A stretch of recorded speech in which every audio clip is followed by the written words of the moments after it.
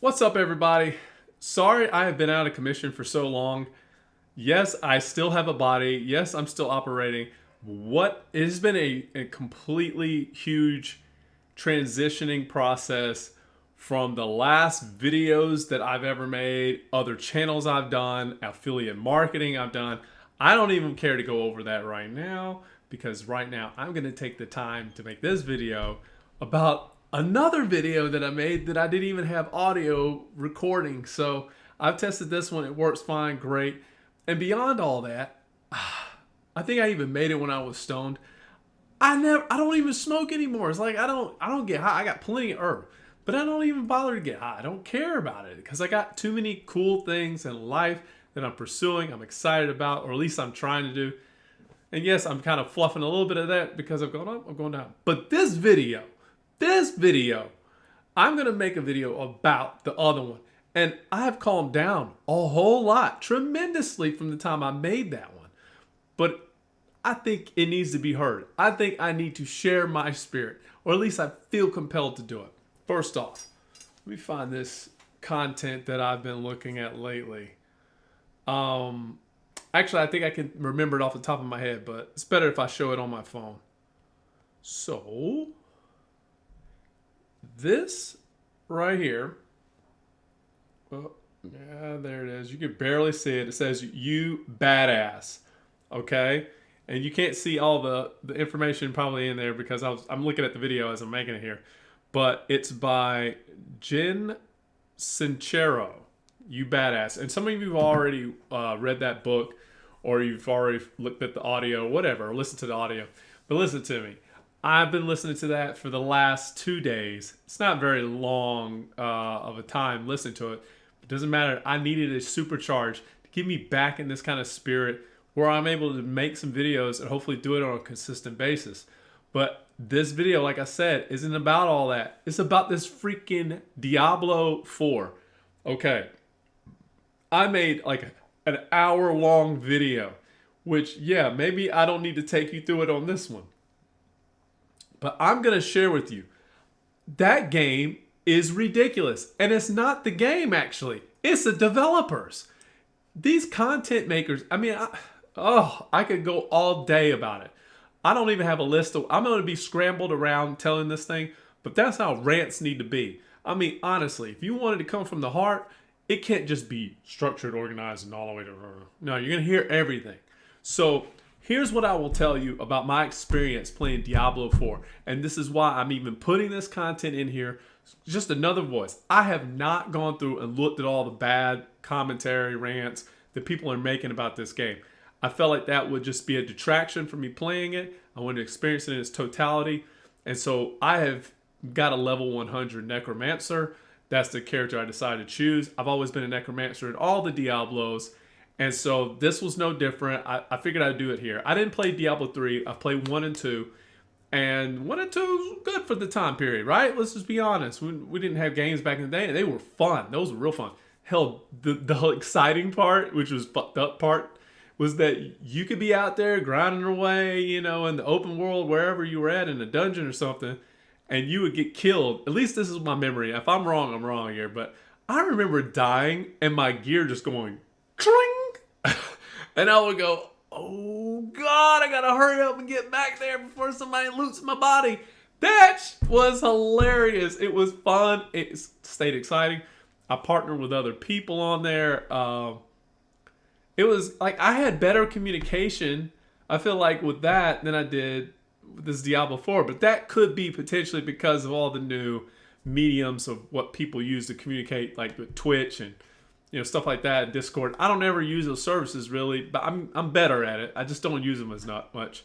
But back in the day, we had this one cat. He was able to figure out how to duplicate items, and I mean, we were loading up. We were playing with Sages, Stone of Jordan, I think is what they were called, but we called them Sages because they were just like, that was the coolest thing you could throw on your weapon or a rune. And it would just enhance it. I'm just going off of memory. This is as much as I can remember. I am a gamer, but I'm not like a totality gamer. So there's this other character, this guy. Let me see if I can find his name real quick. And I watch a lot of his content.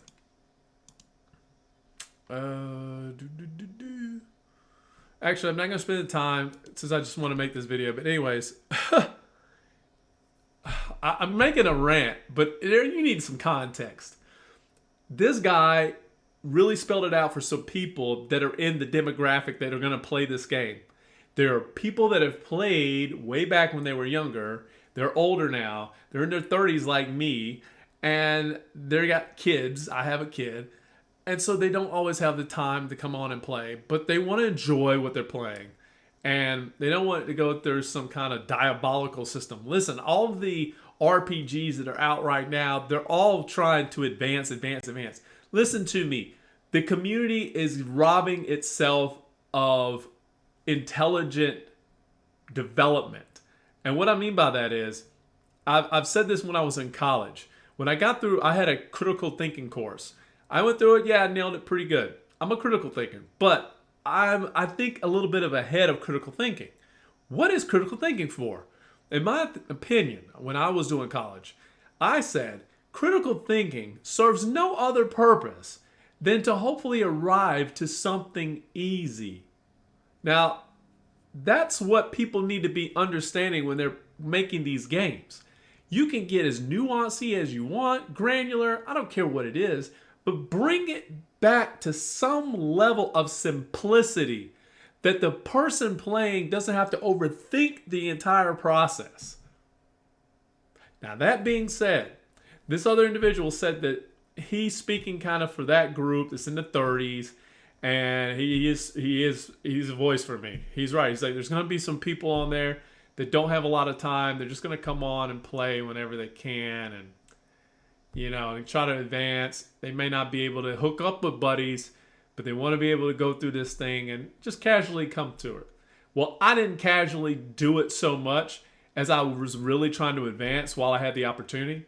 But it doesn't even fucking matter. That game is a wash. Diablo 4 is a wash. And I'm going to spell out some of the things that irritate the out of me. And I've got a clear mind. I'm back off of Earth, thank God. So, why do I say Diablo 4 is a wash? I mean, if you got to this part of the video, how much time have I put on this already? 7 minutes. Yikes. Anyways, Diablo 4, as this other content creator has mentioned on his YouTube channel, it's going to serve a gaming database of people that come from all ranges. You've got your nerds who constantly make content, has to explore every dimension of the game, has like 2 or 3 characters that are at level 100, and all of the above. And then you're going to have everybody below, which is going to be a large population. Believe it or not, I don't know if these developers, I know they're sampling information, they should really realize who their players are. And if they've made it to that little small niche of people that are playing this, that's where they've lost all of their followers. They've lost all their gamers in just creating this little nice little box for the people that are nuancy and nerds. I hate to say it, I'm a nerd, but I'm not a super nerd. And super nerdism is like the cat that never really stopped playing games all their life and just got into this and just said, okay, well, what is this like? I think what's another one called Black Desert or something? Like these Chinese-based games. Well, whatever those Chinese-based games are, they're a culture of critical thinking. And like I can't speak for that whole community, but I'll try. But they got time to busy themselves with that little silly, weird, dicey thinking process and like change little nuggets here and there, and then all of a sudden magic happens. No, we don't even need anything in between. We're making this for the general population. Hell, if it's the world population, I don't really care. But it needs to be simple enough for every gamer, for the most part, to do something and actually make some progress and keep advancing forward. Diablo 4 does not do that. Is there a way for me to pause this? Gosh. I don't think there is. Anyways.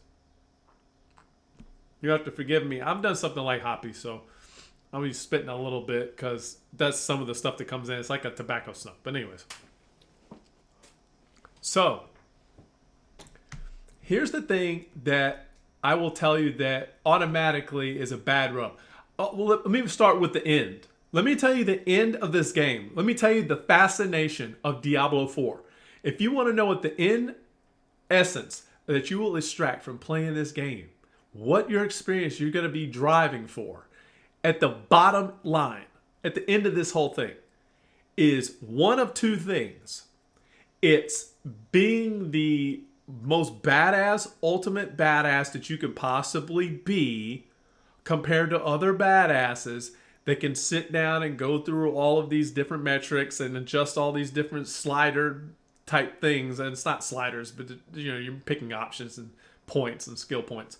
But you're gonna go through that and become the best of the best of, and you've got to really analyze this. I mean, imagine the chessboard. Like, we're playing an RPG game. You've got video content, you've got stories and all that stuff, but somehow in all of this, you're playing chess. You're strategizing to a whole other level. It loses out on its actual grind, or I wouldn't say the grind. The grind is there, but it loses out on its push to help you just play a game and enjoy playing a game. Some of it, yeah, with the killing of the monsters, all that, that's fun. Yeah, but it's the same minutia over and over and over at a certain point. So what is the bottom line result? You're either maxing out the best that you can, strategizing using these skill points, and I'll get into that, or, and this is it, on the quest for something luxurious in gear. Oh, and that's not even great. I mean, I've played some other RPGs. I've played some other games. I mean, cosmetics are cool, and sometimes I like cosmetics in other games. I'm just speaking from my own experience. But at sometimes you're kind of like, well, I'm over that superficial shit, or I'm over that vanity. I don't really care. But this game doesn't even really let you enjoy the vanity part of it. Really, I mean, honestly, the way they've made the game, you can't even see the other characters' looks really well. So what makes you stand out to people? It doesn't, you're not going to be like, oh, dude, you're going to be playing the game and go, wow, that's some dope gear. Look at this shit. Where did he get that from? It would take you buying the cosmetics that they are promoting in a sales page to make it even cross that line, and then you're in and you're over it. You'll even recognize it for what it is. Also might purchase that. One sec.